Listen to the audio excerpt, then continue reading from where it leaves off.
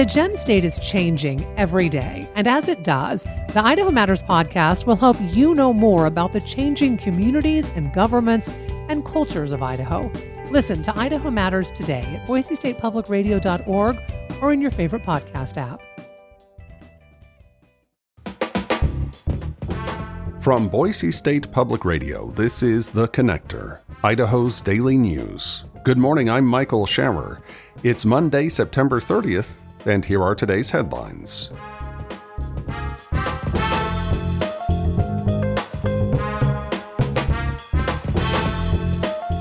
Defense Department contractors have broken ground in eastern Idaho, preparing to install and test the first transportable nuclear reactor.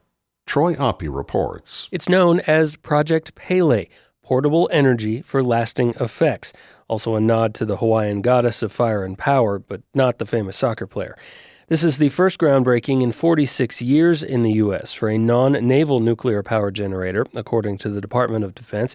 Nuclear technology has come a long way since then, and the Generation 4 reactor is designed to be transportable, a source of energy for military use in remote locations that can take a bite out of the 10 million gallons of fossil fuel the DoD uses each day.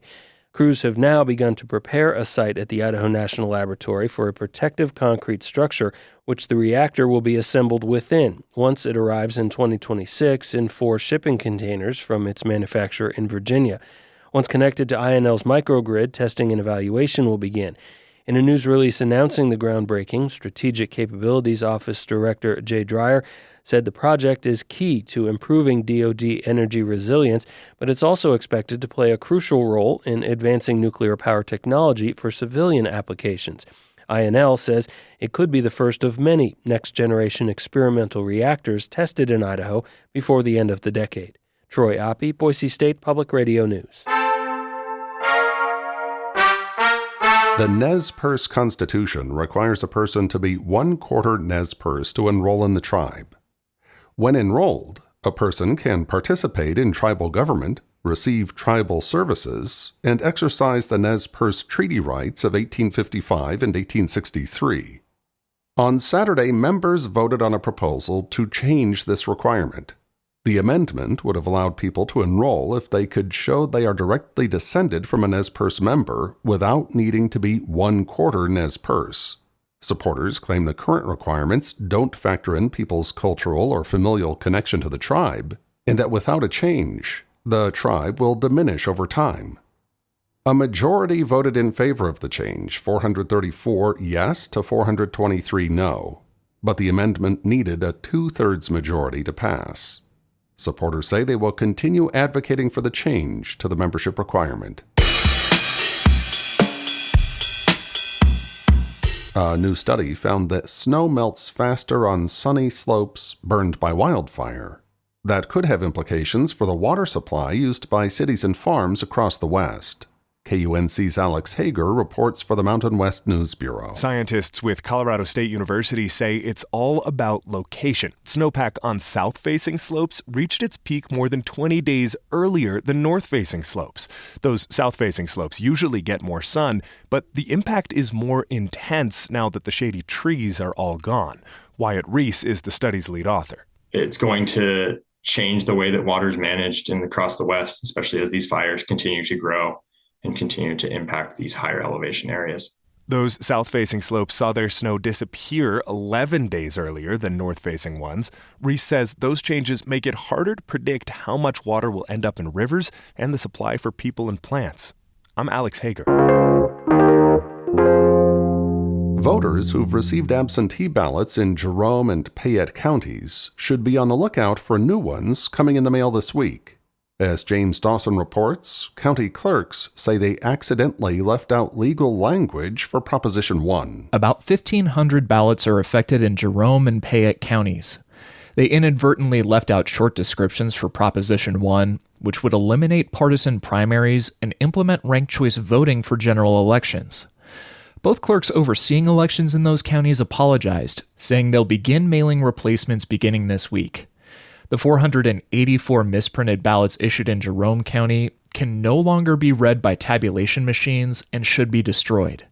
The 998 voters in Payette County are also requested to shred or otherwise destroy those initial ballots while they wait for replacements.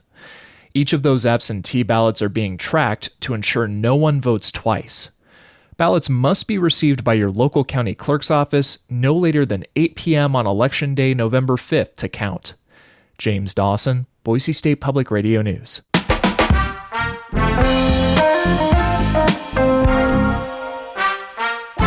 The city of Boise says 97% of eligible residents participate in its curbside composting program, but folks in apartments or large multifamily buildings haven't been able to participate until now.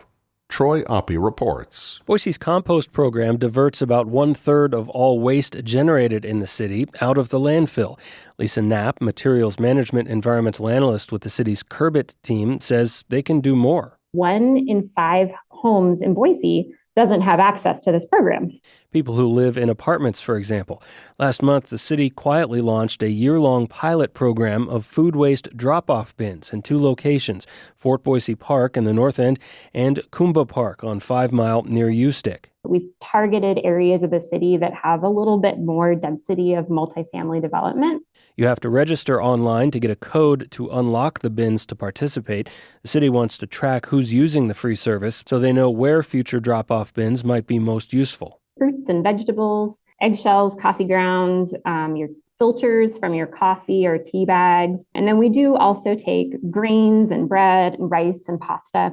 Knapp says keeping food waste out of the landfill is even more important than yard waste because it breaks down more readily into methane, a potent greenhouse gas. The composting process releases CO2 instead of methane, and residents have access to the finished compost created in Boise for free.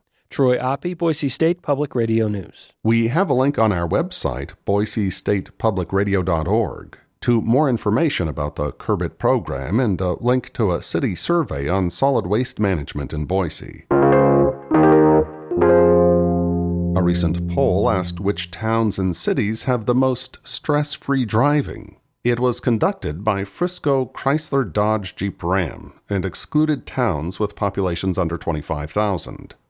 According to the poll, the most stress-free place to drive in America is Lewiston, Maine. The third place was Savannah, Georgia. And who was number 2? Pocatello, Idaho. Does Pocatello have friendly, courteous drivers and comfortable, pleasant driving? Because that's what this poll says. Congratulations.